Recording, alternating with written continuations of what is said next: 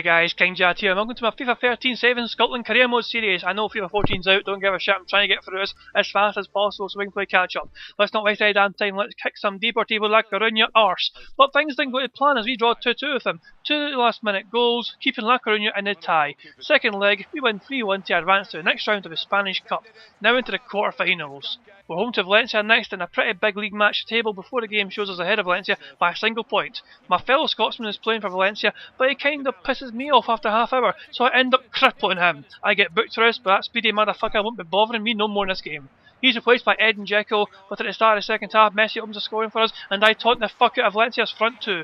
That's how this game ends. It ends 1-0, we stay top of the fucking table, and I kick the fuck out of a cheeky fellow Scot. So all is well with the world.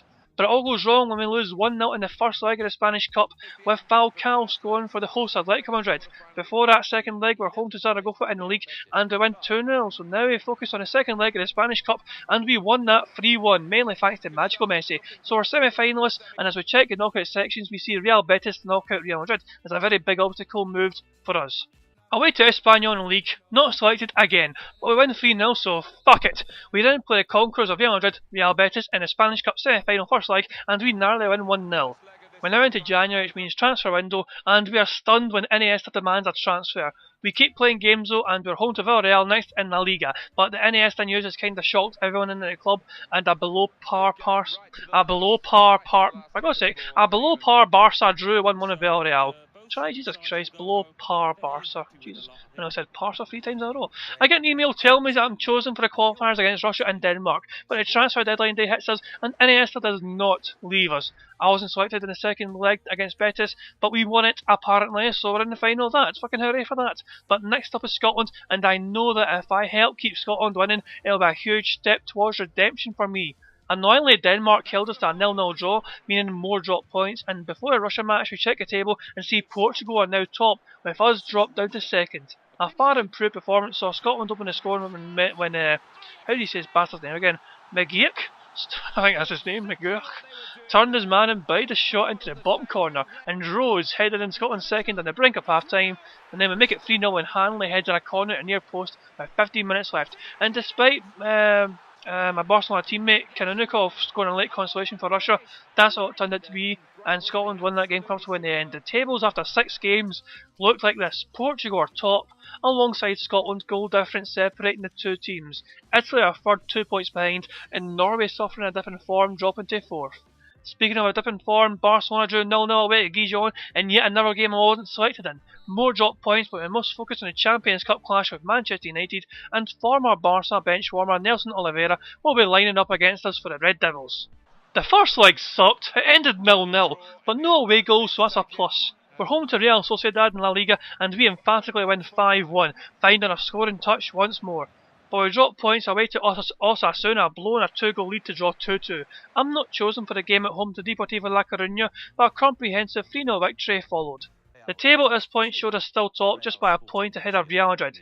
We're away to Real Madrid next, and after that is the second leg of the Champions Cup with Manchester United, so 2 huge back-to-back matches for us to focus on.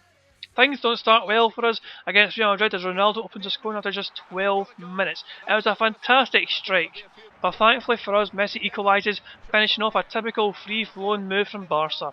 After half an hour I slide in on Cavani and I thought I won the ball, but a penalty kick was rewarded, and Ronaldo's penalty was saved by Oyer, but he scored the rebound. Into the second half, Messi scores a wonderful solo goal to tie the game once more, and one-away star Iniesta comes off the bench as we seek a winner.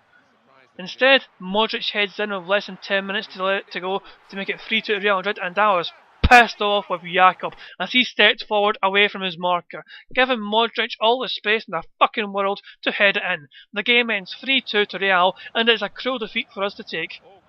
Worst news for me follows as I'm not chosen to play against Manchester United, but we go a goal up early on through Messi. But Sirigliano is sent off and we need to hold on to the slender lead. Thankfully, somehow, we do win the game 1-0 and we go through to the quarterfinals of the Champions Cup.